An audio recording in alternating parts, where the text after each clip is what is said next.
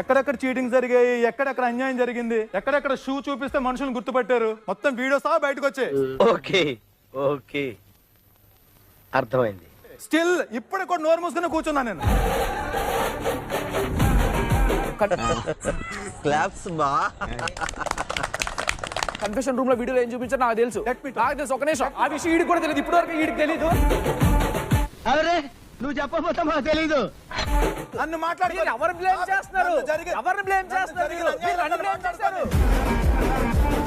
అంతేనా? అంతే. అయితే సర్లే. నీ పేరు కానీ మరి అప్పుడు నాకు జరిగిందో తెలుసు, నాకు శ్రీజ చెప్పింది. పేరేనా వచ్చిందా?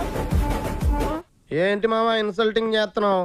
నీ పేరు చేయనప్పుడు ఎందుకు బాబు నువ్వు? నాకు తెలుసు నీ కదా, పేరు తెచ్చానా? నాకు తెలుసు నీ అది. పేరు తెచ్చానా? నేను అంత వెధవలా కనిపిస్తున్నానా?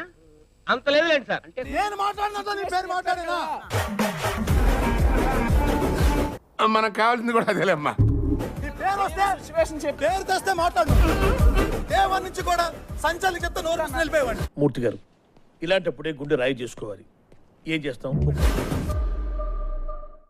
నిద్రపోండి, రేపు కలుద్దాం. Good night.